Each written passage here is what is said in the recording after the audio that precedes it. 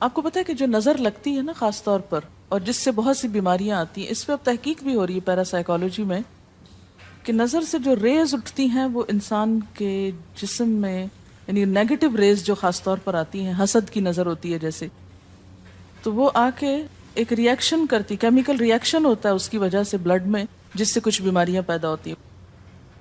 حدیث میں آپ کو سنا دیتی ہوں۔ حضرت ام سلمہ سے روایت ہے کہ آپ صلی اللہ علیہ وسلم نے ایک لڑکی کے چہرے پر کالے پیلے رنگ کا نشان دیکھا تو آپ نے فرمایا اسے نظر بد لگ گئی ہے، اس پر دم کرو۔ حضرت جابر کہتے ہیں کہ آپ صلی اللہ علیہ وسلم نے آل حزم کو سانپ کے ڈسنے کی وجہ سے دم کرنے کی رخصت دی، اور آپ نے اسما بنت امیس سے پوچھا کیا وجہ ہے کہ میرے بھتیجے کمزور ہیں، کیا فقر و فاقہ کا شکار ہیں، یعنی کھانے پینے کے باوجود یہ کیوں کمزور ہیں، کیا ان کو کچھ کھانے کو نہیں ملتا؟ انہوں نے کہا نہیں، بلکہ انہیں نظر بد بہت جلد لگ جاتی ہے، تو آپ نے فرمایا ان پر دم کیا کرو۔ یعنی جس بیماری کی سمجھ میں نہ آئے کہ کھائے پیے بھی انسان جوان بھی ہو لیکن اس کو صحت ہو ہی نہ، کوئی ظاہری سبب معلوم ہی نہ ہو، تو ایسے شخص پر دم کرنا چاہیے۔ حضرت عائشہ صدیقہ کہتی ہیں کہ رسول اللہ صلی اللہ علیہ وسلم نظر بد کی وجہ سے دم کرنے کا حکم دیتے تھے۔ حضرت انس کہتے ہیں کہ آپ صلی اللہ علیہ وسلم نے نظر بد اور بچھو وغیرہ کے ڈسنے سے اور پھوڑوں سے دم کرنے کی اجازت دی، یعنی پھوڑے وغیرہ جو ہوتے ہیں نا اس پر بھی دم کی اجازت دی، تو جسمانی بیماری ہے نا۔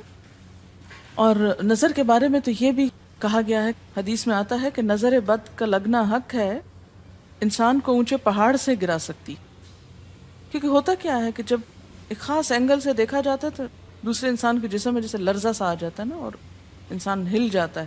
اس کی دلیل قرآن میں بھی ہے، ایک سورت کے آخر میں آتا ہے وَإِن يَكَادُ الَّذِينَ كَفَرُوا لَيُزْلِقُونَكَ بِأَبْصَارِهِمْ لَمَّا سَمِعُوا الذِّكْرَ، کہ قریب ہے کہ کچھ کافر آپ کو اپنی نگاہوں سے کیا کر دیں، پھسلا دیں جب یہ قرآن سنتے ہیں، یعنی وہ سننے نہیں آتے تھے، صرف آپ کو گھورتے رہتے تھے۔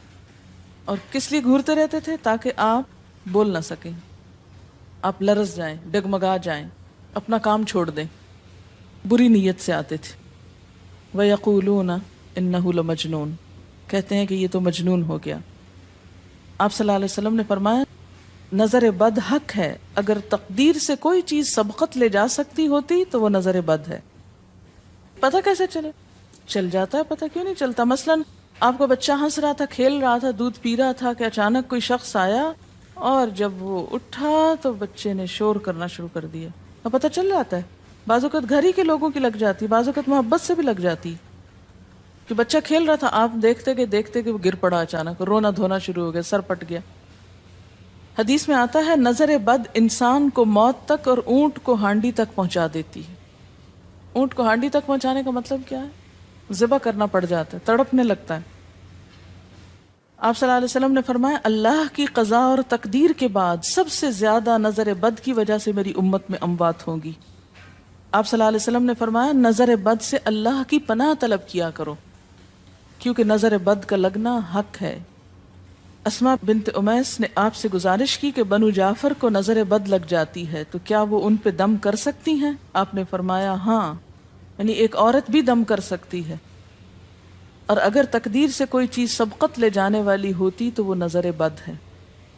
آپ نے فرمایا بے شک نظر بد انسان پر اثر انداز ہوتی ہے، حتیٰ کہ اگر وہ ایک اونچی جگہ پر ہو تو نظر کی وجہ سے گر بھی سکتا ہے، یعنی فزیکلی بھی اثر انداز ہوتی۔ اور آپ دیکھیں کہ وہ قرآن پاک میں نہیں آتا وَمِن شَرِّ حَاسِدٍ إِذَا حَسَدَ، اور حاسد کے شر سے جب وہ حسد کرے، تو نظر بد ہوتی کس کی ہے؟ حاسد کی ہوتی۔ بری نظر کس کی ہوتی ہے؟ حاسد کی۔ تو جو صبح شام 3 دفعہ یہ پڑھتے رہیں ان کو حاسد کچھ نہیں کر سکتے، ان کا کچھ نہیں بگاڑ سکتے، جتنا چاہیں گھورتے رہیں۔ اسی طرح ابن کثیر نے کہا کہ نظر بد کا اللہ کے حکم سے لگنا اور اثر انداز ہونا حق ہے۔ تو جب اللہ کی پناہ لیتے ہیں نا قل اعوذ برب الفلق قل اعوذ برب الناس، تو آپ نے اللہ کے پناہ لے لی، شیلٹر میں آ گئے آپ، اب ہر چیز بیکار ہو رہی ہے، سب نظریں وظریں۔ اور اگر لگتی بھی ہے انسان کو تو کس سے؟ اللہ کے اذن سے لگتی۔ حافظ ابن حجر کہتے ہیں کہ نظر بد کی حقیقت کچھ یوں ہے کہ ایک خبیث الطبع انسان اپنی حاسدانہ نظر جس شخص پر ڈالے تو اسے نقصان پہنچے۔ ابن قیم کہتے ہیں کچھ کم علم لوگوں نے نظر بد کی تاثیر کو باطل قرار دیا ہے، اور ان کا کہنا ہے کہ یہ محض توہم پرستی ہے اور اس کی کوئی حقیقت نہیں، لیکن حقیقت یہ ہے کہ یہ لوگ سب سے زیادہ جاہل اور ارواح کی صفات اور ان کی تاثیر سے ناواقف ہیں، اور ان کی عقلوں پہ پردہ پڑا ہوا ہے، جبکہ تمام امتوں کے عقلاء باوجود اختلاف مذاہب کے نظر بد سے انکار نہیں کرتے. یعنی صرف اسلام میں نہیں، دیگر مذاہب میں بھی یہ کانسیپٹ پایا جاتا ہے، اگرچہ نظر بد کے سبب اور اس کی جہت تاثیر کے سلسلے میں ان میں اختلاف ہے. پھر کہتے ہیں اس میں کوئی شک نہیں کہ اللہ تعالیٰ نے جسموں اور روحوں میں مختلف طاقتیں اور طبیعتیں پیدا کی ہیں، اور ان میں کئی خواص اور اثر انداز ہونے والی کیفیات ودیت کی ہیں. آپ دیکھیں کہ لو چلتی ہے تو اثر نہیں ہوتا، اس کا بھی تو اثر ہوتا ہے نا، حالانکہ وہ نظر نہیں آ رہی ہوتی. اور کسی عقل مند کے لیے ممکن نہیں کہ وہ جسموں میں روحوں کی تاثیر سے انکار کرے، کیونکہ یہ چیز خود دیکھی اور محسوس کی جا سکتی ہے. اور آپ دیکھ سکتے ہیں کہ ایک شخص کا چہرہ اس وقت انتہائی سرخ ہو جاتا ہے جب اس کی طرف وہ انسان دیکھتا ہے جس کا وہ احترام کرتا ہے، اور اس سے شرماتا ہو، اور اس وقت پیلا پڑ جاتا ہے جب اس کی طرف ایک ایسا آدمی دیکھتا ہے جس سے وہ ڈرتا ہو. یعنی جس سے آپ ڈرتے ہیں وہ آپ کو دیکھے تو آپ کا رنگ پیلا ہو جاتا ہے. فرمایا یہ سب کچھ روحوں کی تاثیر کی وجہ سے ہوتا ہے، اور چونکہ اس کا تعلق نظر سے ہوتا ہے اور اس لیے نظر بد کی نسبت آنکھ کی نظر کی طرف کی جاتی ہے، حالانکہ آنکھ کی نظر کچھ نہیں کرتی، یہ تو روح کی تاثیر. یعنی نظر یہ نظر نہیں ہے صرف، بلکہ اندر سے روح یا احساسات ہیں جو ٹرانسفر ہوتے ہیں. آپ دیکھیں کہ محبت کی نظر کیا اثر نہیں کرتی؟ کرتی ہے نا. اسی طرح نفرت کی، غصے کی، اور آپ کے چھوٹے بچے خاص طور پہ نظروں کو بہت پہچانتے ہیں. آپ نے دیکھا ہوگا کہ بچے کچھ لوگوں کے پاس فوراً چلے جاتے ہیں اور کچھ لوگوں کے پاس نہیں جاتے. بچوں کی مثال اس لیے دے رہی ہوں کہ وہ معصوم ہوتے ہیں نا، ان کو کسی نے سکھایا پڑھایا نہیں ہوتا کہ ادھر جاؤ اور ادھر نہ جاؤ، اور اگر آپ سکھائیں پڑھائیں بھی تو پھر بھی وہ اپنی مرضی کرتے ہیں، آپ کی نہیں مانتے. تو وہ ایک طرح سے بہترین جج ہوتے ہیں. بعض لوگوں کو دیکھ کے بچے رونے لگتے ہیں، بعض کو دیکھ کے مسکرانے لگتے ہیں. تو یہ ایسا کیوں ہوتا ہے؟ اچھا، اسی طرح اگر کوئی شخص کانسٹنٹلی آپ کو دیکھ رہا تو آپ کانشیس ہو جاتے ہیں، آپ ٹھہر نہیں سکتے. اسی طرح اگر کوئی اسٹیئر کر رہا ہو تو اس کی نظروں سے بعض اوقات خوف بھی آنے لگتا ہے. اللہ نے کیسی کیسی طاقتیں انسان کو دی ہیں، سلطان النصیرہ. اچھا، پھر لکھتے ہیں کہ روحیں اپنی طبیعتوں، طاقتوں اور کیفیتوں اور اپنے خواص کے اعتبار سے مختلف ہوتی. سو حسد کرنے والے انسان کی روح واضح طور پر اس شخص کو اذیت پہنچاتی ہے جس سے حسد کیا جاتا ہے. ویسے بھی تو آپ دیکھیں نا، وہ رویے ایک دم آپ پہچان لیتے ہیں. یہی وجہ ہے کہ اللہ تعالیٰ نے حاسد کے شر سے پناہ طلب کرنے کا حکم دیا ہے. حاسد کی تاثیر ایک ایسی چیز ہے جس سے وہی انکار کر سکتا ہے جو حقیقت انسانیت سے خارج ہو. جنوں کی نظر بھی لگتی، یہ میرا قول نہیں ہے، حدیث ہے. حضرت ابو سعید خدری سے روایت ہے کہ رسول اللہ صلی اللہ علیہ وسلم جنات اور انسانوں کی نظر بد سے پناہ مانگتے تھے. یعنی آپ جو پناہ مانگتے تھے بری نظر سے، وہ انسانوں کی بھی اور جنوں کی بھی. پھر جب معوذتین الفلق اور الناس نازل ہوئیں تو آپ انہی کو پڑھتے اور باقی دعائیں آپ نے چھوڑ دی تھی. یعنی قل اعوذ برب الفلق، قل اعوذ برب الناس، پھر سب چیزوں کے شر سے بچنے کے لیے کافی. یاد رکھیے بعض اوقات اپنی نظر بھی لگتی ہے، خود کو بھی نظر لگتی ہے. اسی طرح جب لباس اتارا جاتا ہے نہانے کے لیے مثلاً، تو اس وقت بھی دعا سکھائی گئی. بسم اللہ پڑھنی چاہیے، بیسیکلی بسم اللہ پڑھ کر اتارنے چاہیے. اور اس کے علاوہ اعوذ بکلمات اللہ التامات من شر ما خلق بھی پڑھ سکتے ہیں. آپ کو معلوم ہے کہ ٹوائلٹ میں جانے سے پہلے بھی دعا سکھائی گئی، کیونکہ جنات کے ٹھکانے گندی جگہوں پر ہوتے ہیں. اللہم انی اعوذ بک من الخبث والخبائث، خبیث جنوں اور خبیث جننیوں، خبائث سے تیری پناہ میں آتا ہوں. یہ دعا کیوں سکھائی گئی؟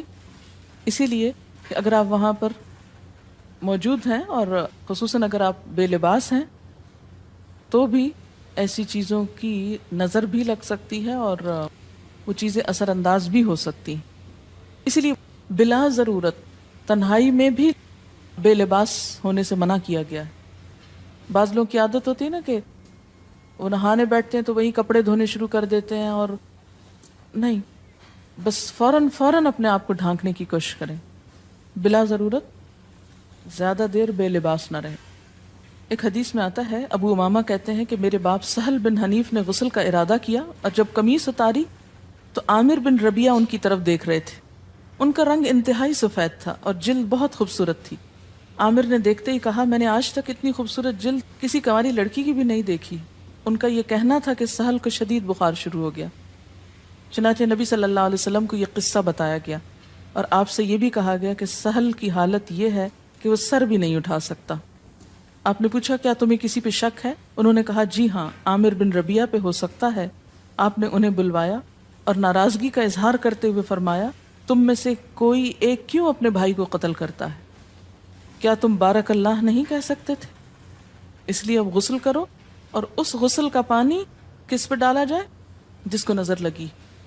عامر نے اپنا چہرہ، ہاتھ، کوہنیاں، ٹخنے، پاؤں اور اپنی چادر کے اندرونی حصے دھوئے. پھر اسی پانی کو آپ نے سہل کے اوپر پیچھے سے بہا دیا، یہ نہیں کہ اس کے منہ پہ ڈالنا، پیچھے سے بہا دیا اور سہل فوراً ٹھیک ہو گئے.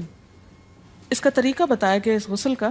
ابن شہاب زہری کا کہنا ہے کہ ہمارے زمانے کے علماء نے غسل کی یہ کیفیت بیان کی ہے، جس آدمی کی نظر لگی ہو اس کے سامنے ایک برتن رکھ دیا جائے جس میں وہ سب سے پہلے کلی کرے اور پانی اسی برتن میں گرائے، پھر اپنا چہرہ دھوئے، پھر اسی پانی کے ذریعے اپنے ہتھیلیاں، دائیں ہاتھ اور ہتھیلی پہ پانی بہائے، پھر بائیں پر اور پھر دائیں کوہنی پر، پھر بائیں کوہنی پر، پھر بائیں ہاتھ سے اپنا دایاں پاؤں دھوئے، پھر دائیں ہاتھ سے بایاں پاؤں دھوئے، اور پھر اسی طرح گھٹنوں پہ پانی بہائے.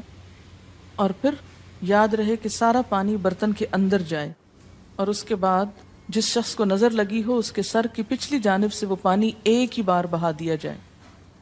حضرت عائشہ کہتی ہیں کہ جس شخص کو بری نظر لگتی اس کو اسی طرح غسل کروایا جاتا. اب بعض اوقات یہ نہیں پتہ چلتا کس کی لگی. ایسی صورت میں پھر طریقہ کیا ہے علاج کا؟